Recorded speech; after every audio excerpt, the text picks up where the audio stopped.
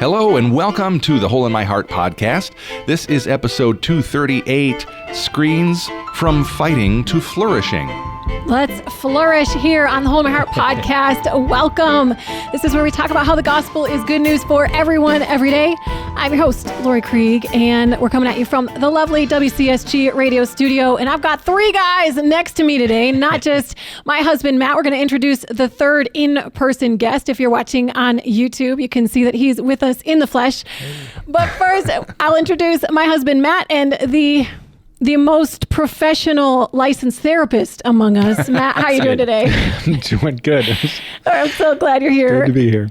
Glad you're here. And on my other side, we have Steve, our friend and the most professional radio voice among us. How are you doing, Steve? I'm doing well.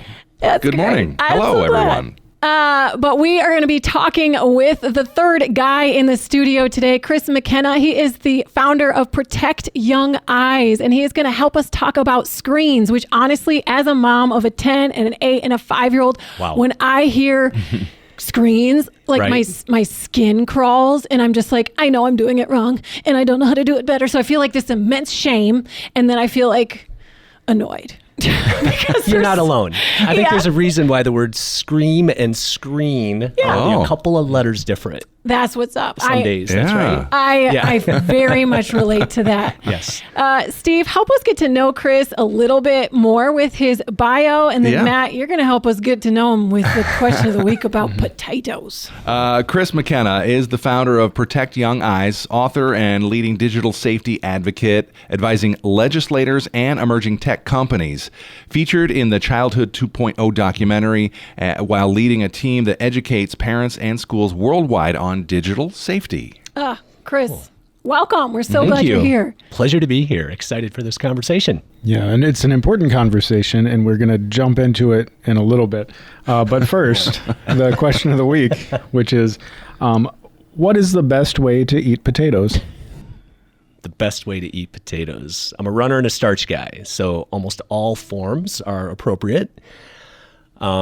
But I tend to relate my best version of potatoes to, if you've seen the movie Close Encounters of the Third Kind. Oh, yeah. When Richard Dreyfuss constructs the mountain, right, Devil's Tower there in his living room. So any version of mashed potatoes in volcano format, filled with a melted buttery substance that's scraped on the side with a fork that you can just watch ooze all over the place. My wife still thinks I'm a child, and that's okay.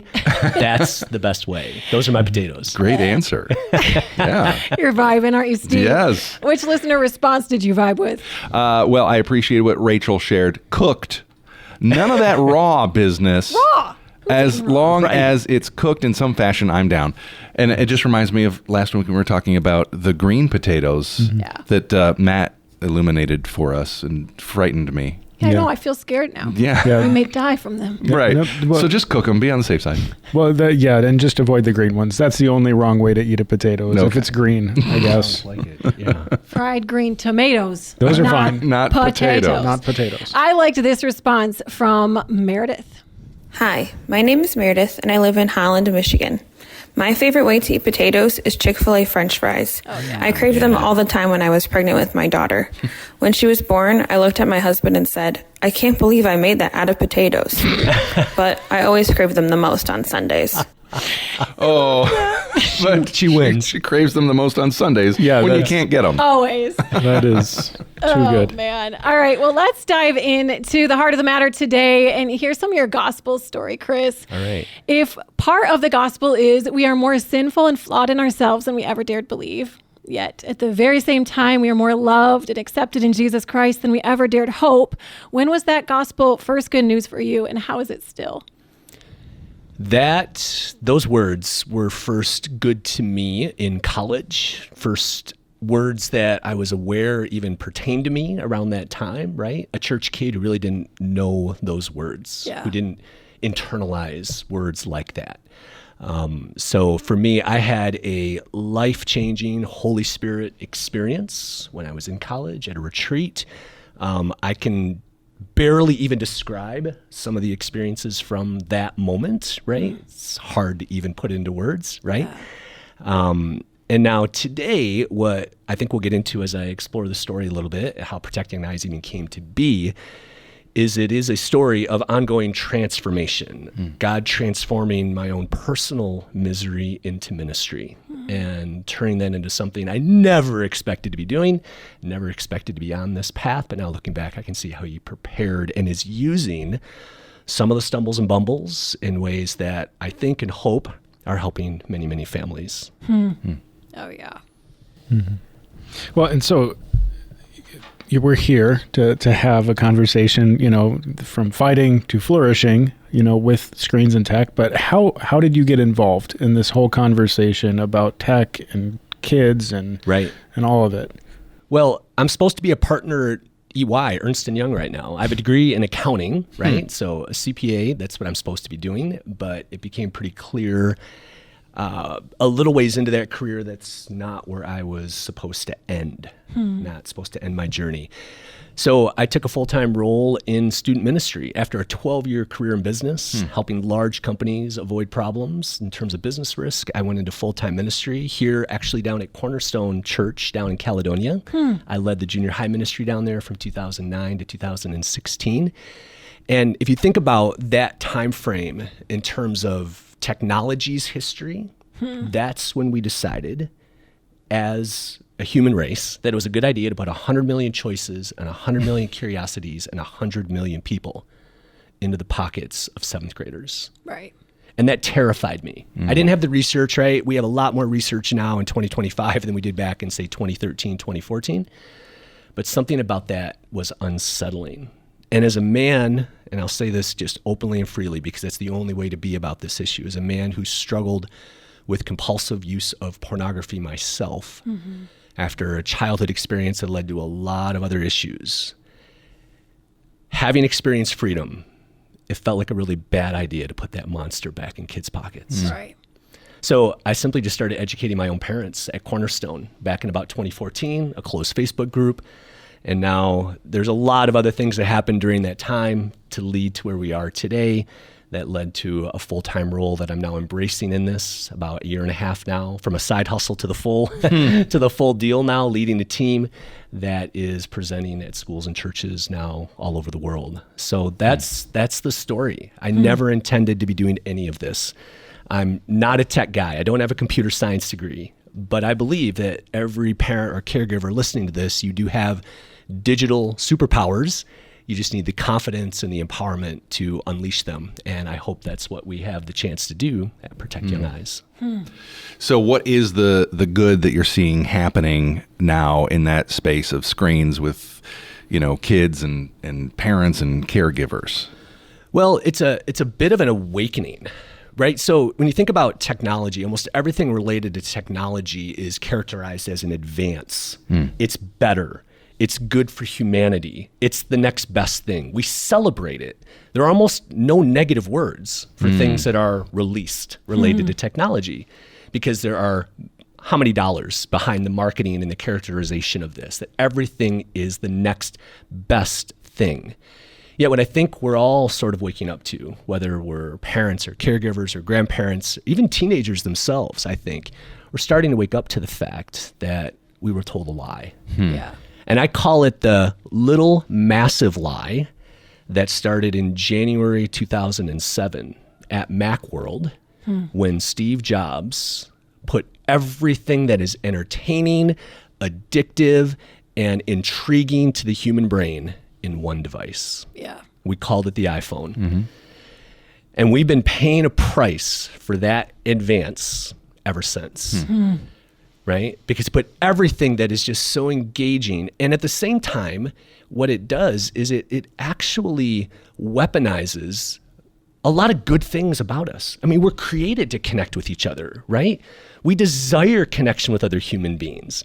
And there's no amount of connection that replaces connected, right? We experienced that during the lockdown. We were more connected than ever, yet escaped that experience lonely and deprived of human connection. Right? And so we've been sold the junk food version of the very thing that God created us for. and that is to be connected with each other. And much like a bag of Skittles doesn't satisfy like a good stack of potatoes, that's, I think, what we find with the technology that we have today. So I see this just amazing awakening, even in the past year with the release of The Anxious Generation, a book that I'm sure, maybe I know you're familiar with, Yep. many of those watching or listening to this will be familiar with. It has started a global tidal wave of awareness at all levels, all ages, that I just think is awesome. We're riding it. Let's go. Yeah. What should concern us as parents? Like, again, this shame that I feel when I see a reel pop up about screens, or this, like, I know, it's just like this, I know I should do better. Can you speak some to my shame? And also, can you speak to, this is real concern you should have? Yeah, so that's a definite tension, especially I think for mamas out there, right? Yeah. Most of our followers are what I call the Chief Technology Officer moms, the CTO moms that are in most homes, that are the ones doing the daily blocking and tackling, right, when it comes to keeping kids safe online, right? Like you and many others. And so along with that, because of course you want your kids to thrive and to flourish, you're seeing some of the ways in which this is getting in the way. So for me, we're not an anti-technology company. We are not an anti-screen. We're all about right tech, right kid at the right time. And having the tools to be able to evaluate the technologies for what they are, evaluate their features for age appropriateness, leverage your knowledge of your amazing kiddos and the way that they're created and their unique skills, talents, and vulnerabilities. And before dropping them into digital spaces, having the information to make informed choices. Not feeling guilty because you read something from the Pediatric Association or other organizations that say kids should have 30 minutes at this age and an hour at this age. There's nothing I found in any literature that says you're a good mom at 30 minutes and a bad one at 31. Right? I want us to think one level higher than that in terms of wellness for our child. Yes, we need boundaries and we need some of those non-negotiables like devices out of bedrooms and things off at night. Those are good. And those keep our kids safe from some of the things that we can explore next. But at the same time, I want us to be one step higher in aiming for wellness with our child. I think wellness is a better measure than how many minutes they got. Right? Because one child who gets 45 minutes on something, but still talks to you, is pleasant, knows how to have a face-to-face conversation, knows how to shake a hand, keeps their room clean, their homework is done, all these other markers of a child who is good and well and adjusted. If those are in place, then a few more minutes playing Super Smash Brothers is probably okay. Right? And I don't need to feel guilty about that because I'm not measuring myself by that strict quantitative. I'm instead looking at my kid. Yeah. And I just think those are some things to remind ourselves of, that it's, the rules, I think, can, right? I mean, that's Old Testament, New Testament 101, right? That's that sort of elevation to the principle instead of that specific point that just makes us feel horrible about ourselves. That's good. So what are some of the things that a parent can do or a caregiver can do that are going to cultivate, I guess, wellness within their kids? I mean, obviously time limits and everything are going to be somewhere, but like outside of that upper level thinking, what are some of the practices that people can put in place? Yeah. No, glad you asked. We have 5 habits that we teach, and for us, the outcome from employing these 5 habits persistently and consistently is typically a home that is tech ready. So this is the talk that we give when we go into schools and churches, when we're at organizations, digital discernment, the 5 habits of a tech ready home. And these are the things that, having talked to tens of thousands of parents all over, that when they do these things, like I said, persistently and consistently, you tend to have a home with kids who learn how to use technology well. And that's the outcome we're looking for. So each of them, right? I mean, we could explore each of them. They're each about a 20-minute portion, right, of our talk. But just to list them off, we model the right behaviors. We pursue authentic connection with our kids. That one sounds strange. Of course, Christian parents love their kids, but I think we need the reminder that a full calendar isn't a full connection with our kiddos sometimes, right? Then after that, we encourage work and play. Not everything is an 8-second dopamine loop. Right. We need to teach kids the value of a job well done, the power of delayed gratification.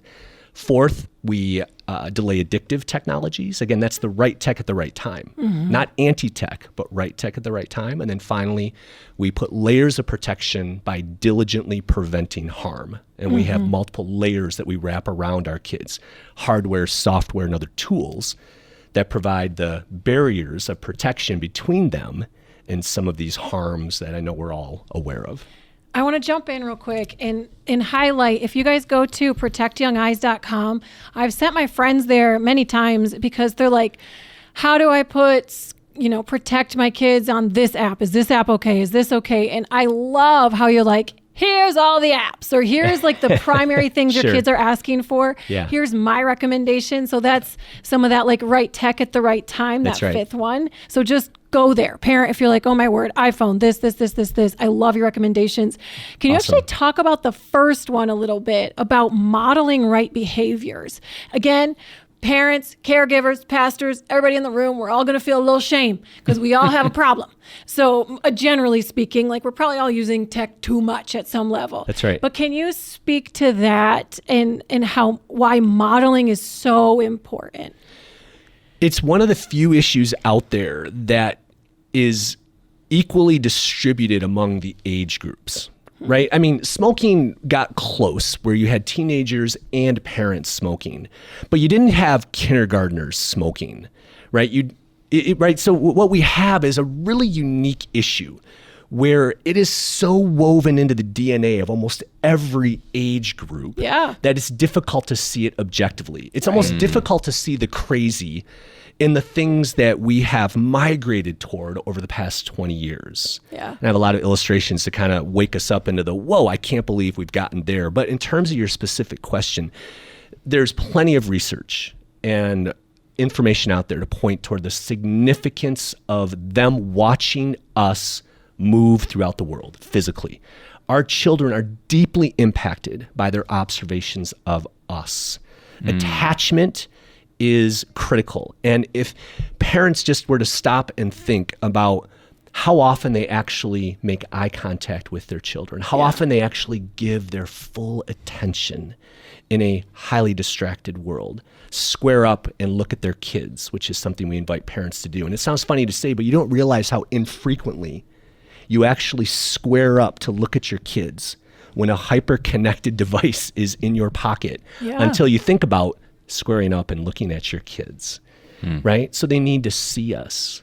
A story that I think illustrates this really beautifully is one of the things that we talk about is obviously, spending time with kids, but then when they're with you but not with you, make sure that you're also not on your device. That includes standing on sidelines at sporting events. That includes sitting on the park bench while they're playing somewhere else on an apparatus.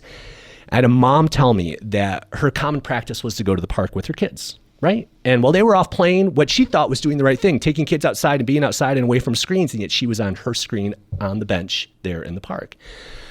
And she was convicted by that, and so she decided she was going to stop doing that.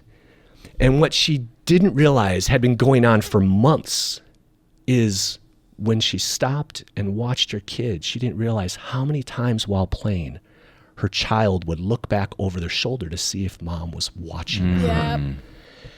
That affirmation of mom noticing that I'm playing, that I did something big and maybe a little risky. Mom, do you see me, right? Do you notice me?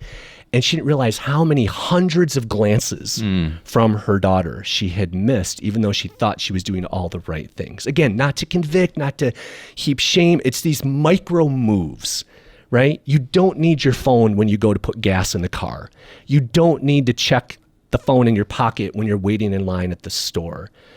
All of these little micro moves that I think as parents, we have a post that we've written about that, like 15 little micro things we can do. It's not life-changing. It's not ripping off an arm. It's not these totally transformational, 10-step things. Little micro moves that I think show our kids that they're more important than what's in our pocket.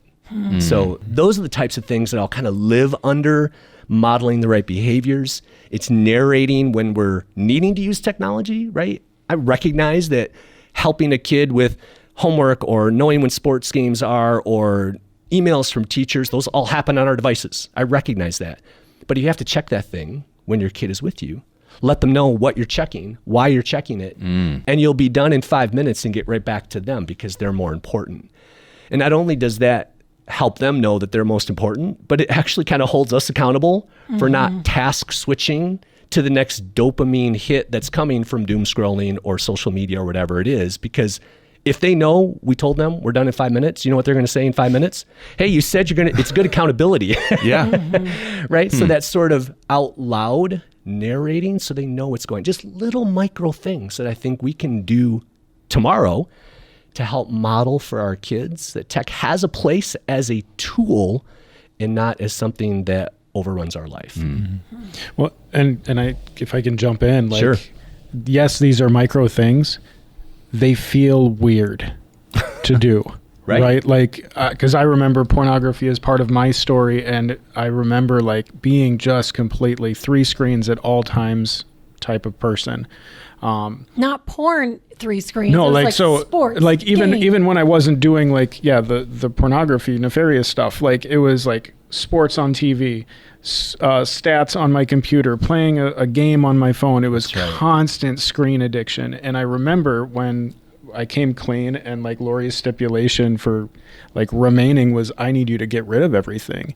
And like having this detox, it felt weird. Yeah. And now here I am. I had a couple years where I didn't have a like smartphone and all that kind of stuff, and here I'm back in tech world, you know, and it's still something that very quickly can suck me into like focusing on the screen. And even like as you're talking eye contact, you can't open your phone without looking at it with the Face ID stuff. Like they make you look at your phone, so when it opens, you're attuned there. That's right. You know, and so like it's micro, but it's gonna feel weird, but you can do it. Like it's just, and it's gonna feel weird because it's actually constructed to make you feel weird about that, right? And I think that's, Lori, to get back to your point on shame and guilt, you know, if there are micro physical things we can do, I think there are little micro mindsets that we can change as parents to maybe pivot from a position of shame or a position of guilt to a position of helpful and productive, right?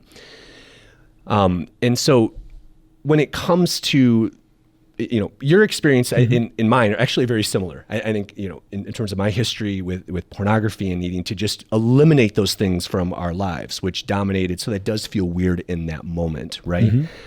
But I think for parents to recognize that almost every digital space that their children want to spend time in have absolutely different goals for their child than they do.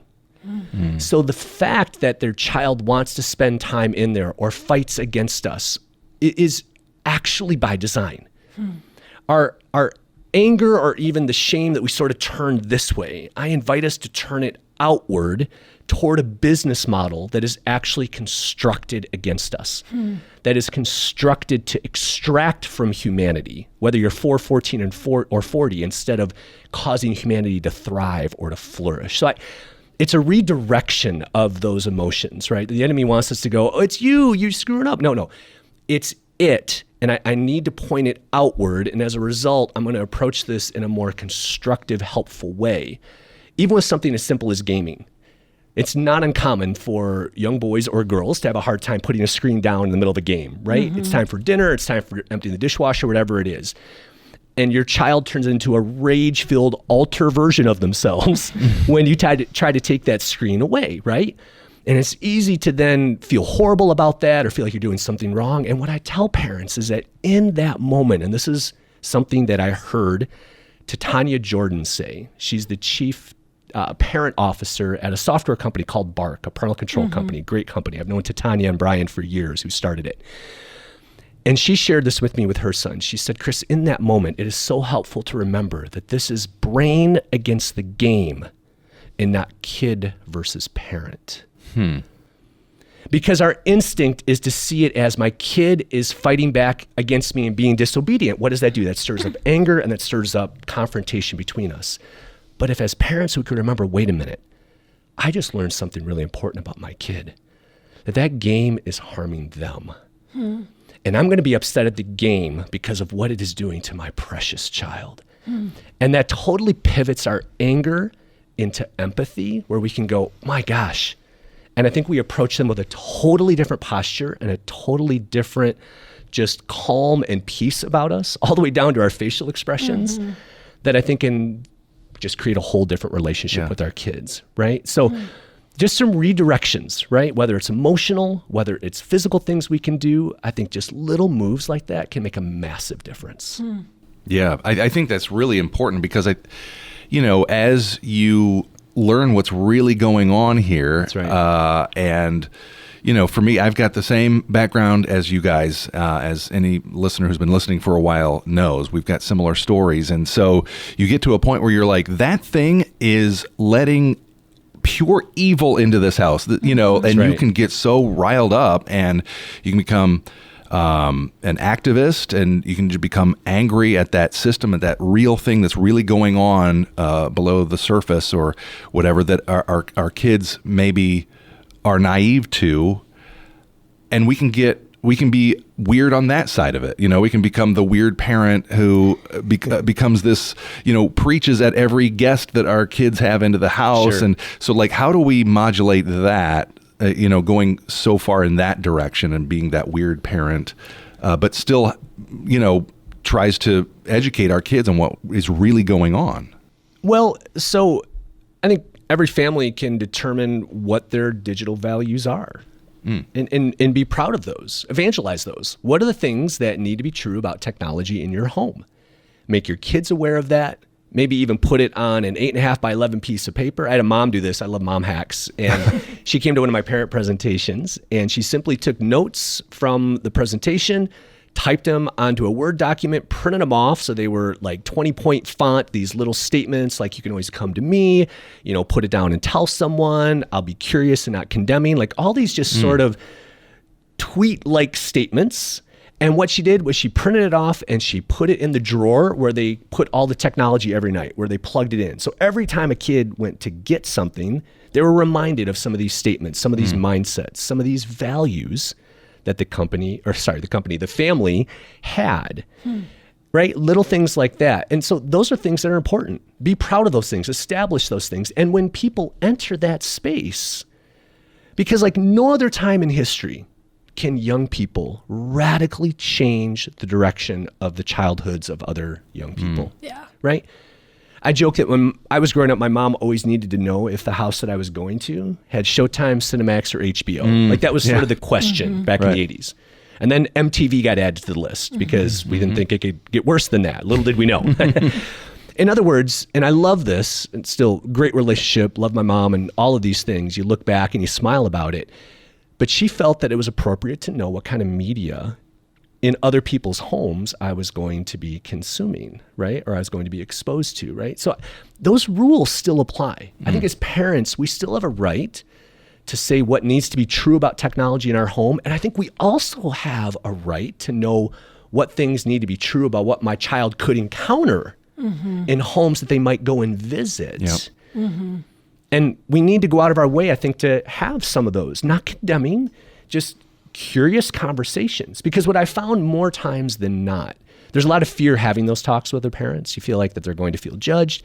Oftentimes what I've found is they're almost relieved that you're the one saying the things. And then they feel like, oh yeah, no, you're right. I don't want them in their bedroom playing Fortnite for you're right. Okay, so what do we, and you, as John Acuff says, you give them the gift of going second, right, in that conversation that they're also afraid to have.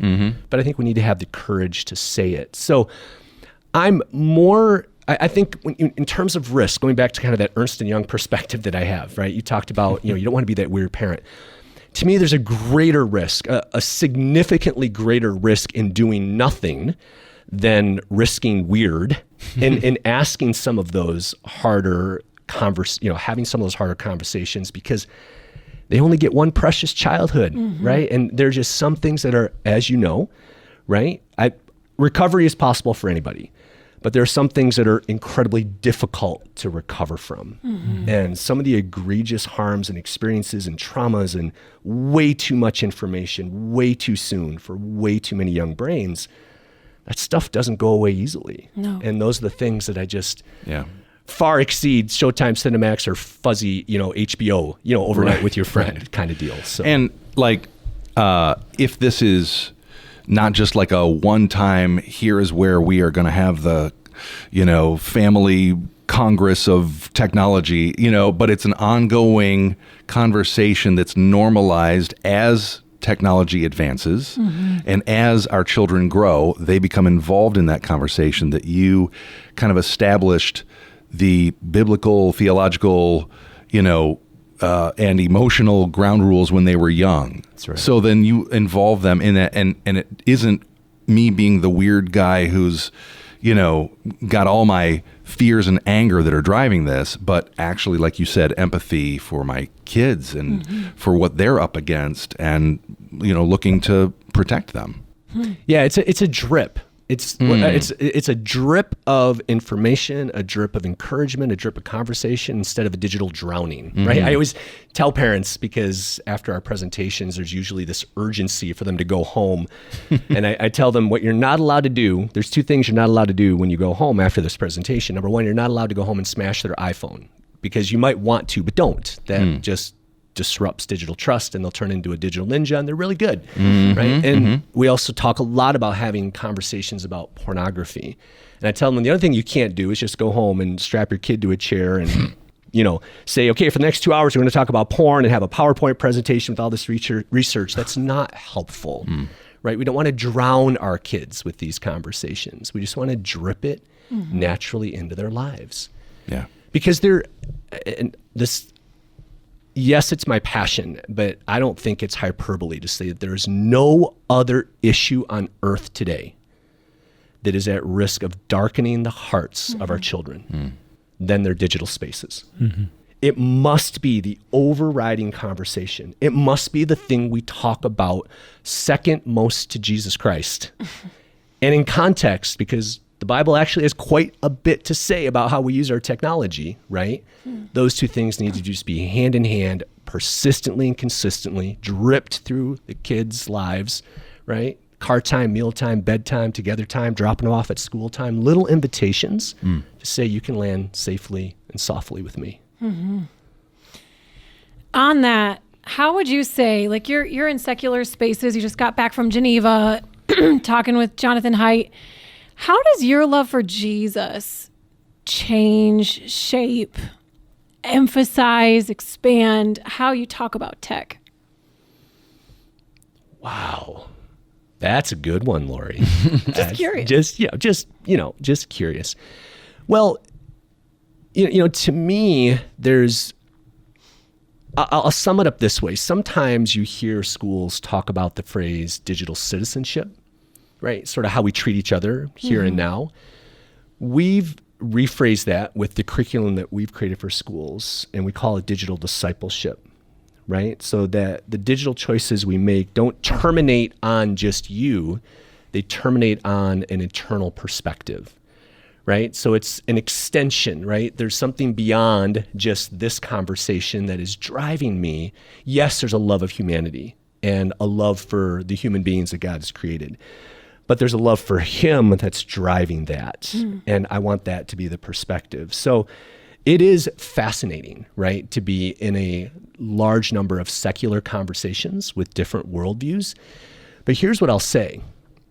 I believe that the secular part of this conversation, whether it's guidance from the chief science officer at the American Psychological Association, Dr. Mitch Prinstein, or it's our former Surgeon General, Dr. Vivek Murthy, or Jonathan Haidt, who is a professed atheist, I would tell you some of the most profound, important information from parents and the loudest voices right now advocating for our children are not in the church.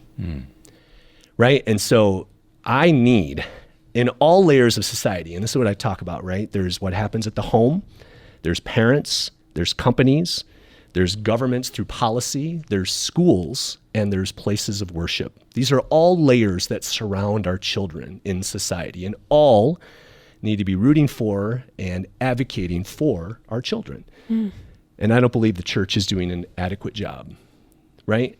As I look at large churches and I go through the sermons that they're preaching, I do this all the time, I am not seeing enough that is looking at parents in the pews and the seats and telling them that, or at least asking the question, is it sinful to give our children social media? That was the title of a post that I wrote that stirred a lot of soup. Right? We make a lot of digital decisions based on happiness instead of holiness. Social media makes a lot of kids happy. TikTok makes a lot of kids happy.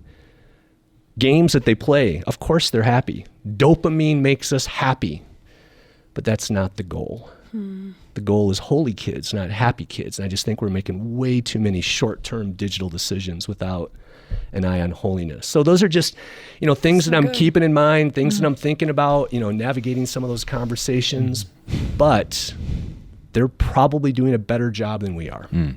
That's a problem. Yeah. So you mentioned, former Surgeon General and Jonathan Haidt and all these people that are not coming at it from a biblical perspective or a religious perspective. Is there anything hopeful when you're talking about these like legislative bodies and everything? Is there anything hopeful coming out that may give people more, I guess, impetus to say like, this is important? Well, I think over the past 12 months, we've seen a significant amount of just global momentum, right? One of the things that the anxious generation did was it took a couple of really simple ideas and just said them over and over and over again, which was fabulous, right? Yeah, so good. Let's do common sense things. Let's wait, right? We've been talking about delay is the way at Protect Young Eyes for a long time, reinforced by what's in the anxious generation with waiting on social media and smartphones. Let's get phones out of school. Again, we've been talking about these things, right? But it put it in a way that was supported by research. And so the last 12 months have been massive for this movement in all those layers. Now, honestly, given the timing of this conversation, there's been a little bit of backsliding. Even in the past month, we have seen a massive amount of tech deregulation. And this is where it gets messy. People are like, Chris, you're out of politics, but there is so much now woven together in the geopolitical side of things that is impacting the safety of our kids online, right? Just this week, I posted about DeepSeek, this new AI assistant that is totally rocking the world right now because it somehow found a way to do things at 1/10 of the power of OpenAI, which is supposedly the best thing out there. It's based in China, right? So now what this does is this brings in a geopolitical perspective where, of course, U.S. tech companies don't want to get beat by a company in China. So that means pull back regulation. Let's break more things and move even faster, which means let's break more people and not care about them. And that's the problem, right? So many of these things are woven together in a really complicated way. So on one hand, we have all of this momentum in some really simple things at the micro level, right? What we're doing in schools, what we're doing to delay. But at a global level, there are still things that are moving the other direction that I think we just need to be aware of. I don't want them to dominate. I don't want them to keep us up at night, but I want us to be aware of them. And what that should do is motivate us to not rely on government to fix this for us, to not wait for our Congress, which can't really agree on anything, to pass a law to fix this for us. Ultimately, it's us in our homes. Ultimately, it's us having the courage to do things in the walls that we can control, right, with the kiddos that God has given us.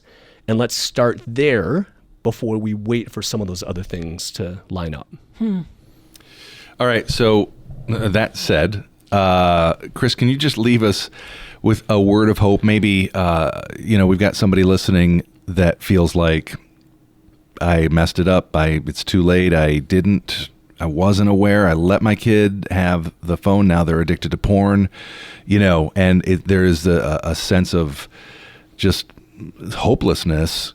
What would you say to that listener or that viewer? That's right. Well, it's about a start. It's about a beginning. It's maybe about sitting down with your child and looking at them and apologizing for not knowing what you know now, asking them to join you in whatever is next. Every child, every situation is a little bit different, Steve, but it's just about starting. It's about taking that first step. And, there's a couple of buckets of ways to start. Matt, familiar with some of the technical side and some of the, hardware and software and things, right, that we can do, right? So there's technical things that can happen and there's relational things that can happen. And I want parents to start on the relational side before you just jump into throwing some software on something and just going that side of it. And maybe the thing that I would tell that parent, and I'll never forget a conversation with a mom who discovered that her young son had been looking at pornography, and she was struggling because every time she looked at her son, she felt like he was broken. She felt like, I screwed up. There's no returning from this. And for whatever reason, I felt compelled. This is through a DM that I got on Instagram. We get a lot of those, and so I don't often have a lot of in-depth conversations, but I offered her my phone number because there was something different about just the tone of the things that she was saying. And she gave me a call. She was out from California.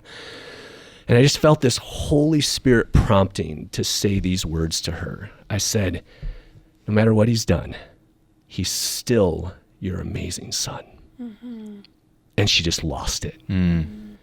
Like that was all she needed to hear, that there was nothing he could do that would change what God had made, her amazing son. And that just gave her the courage to be able to walk forward in a couple of steps, right? And so maybe if you're listening to this or watching this, you just need to know that your son or daughter isn't broken. They're still amazing, and there's always hope. There's always recovery. And I think just parents need to hear that sometimes. Thank you. Yeah. We do need to hear that. We can't hear about God's grace enough. Thank you so much for the practical pieces that you gave us today and the heart posture with which we can approach these conversations. I'm feeling less shame. I'm feeling more hopeful, that's great. Huge. So usually this is where we hang up with our caller, but you're here. So we're just going to reflect back to you right now. And I can start, Steve and Matt, just like something that I want to do differently based on the conversation. Specifically, when you talked about telling your kids what you're doing and give yourself a time limit on your phone, that is something that the Holy Spirit has nudged on me recently. And so you were the final, it's time, Lori. Over the cliff. Yeah. Because I'm like, oh, well, they know. And then I'm like, no, they don't know. I need to look them in the eye and be like, hey, I am so sorry. I got to do 1 minute on this text right now. And then I'll be right back with you for the game. I just think being that clarity and that attunement is going to hopefully go far. Steve, what about you? Yeah, I would say just generally overall, starting with yourself, what you said about, our kids have got their, face in their screen and we want them to stop that. And yet we've got our face in our screen, to just start with yourself. And then what you said here at the end, part of what you said here at the end about being willing to apologize to your kids. I feel like that is a picture of the gospel that our kids get firsthand. Rachel Gilson, our last guest, kind of said the same thing, that when we humble ourselves and say, I am a human who's not perfect also, and I need to apologize. I didn't steward you well and our technology in this home well, and that's going to change. But not starting with, all right, some things are going to change around here. But that conversation and that posture of, I am sorry, let's start over, that really, that spoke to me. Great. What about you, Matt? Yeah. So Lori, a couple months ago, you called me out to just be more proactive with the kids. And so I've been trying to be on my phone less, but talking today, I feel like I can still be very distracted when I'm interacting with the kids, if it's doing dishes, if it's making breakfast, if it's, even reading a book to them, I'm looking at the book, I'm not looking at them. And so I think for me, it's probably to work on that eye contact piece and just to give them my eyes and my attention. Amazing. Love it. Well, we are growing here. We'd love to hear how you all have been growing as a result of listening to this conversation. You can hit me up at podcast@lorikrieg.com or go to protectyoungeyes.com. Again, there's so many great resources. You can hit up his team or invite him to come speak. You can invite Chris to come speak at his with his team there. We do have question of the week for next time. If you guys want to jump in on this one. This one I thought about more than just opening up the freezer and seeing what the potato situation was. I was like, if I had the time and the desire, what sport would I want to get really good at? Maybe fly fishing, maybe track, maybe tobogganing. I saw people doing snow biking. Snow cycling with these huge fat tires. Yeah, the fat tires. Yes. Do you do that? I feel like no. You could do that. It sounds fascinating. Yeah, I was impressed. They were doing it at the beach this last weekend. Awesome. What would you guys want to get really good at? If you guys like the podcast, we'd love it if you'd be willing to take time to rate and review it. I do want to take a minute and thank WCSG Radio Studio for hosting us, to the Zach of all trades for filming, staying with us, doing all that. Hunter, we love you, man. I always make a joke about how you're always in the woods. Hopefully you're in the woods as you are editing this. Sounds with your fat tire bike in the snow. We're really grateful to you, and we're thankful for you, the listener and the watcher, for being a part of the Whole My Heart Podcast fam. For all of us here, we'll see you next time.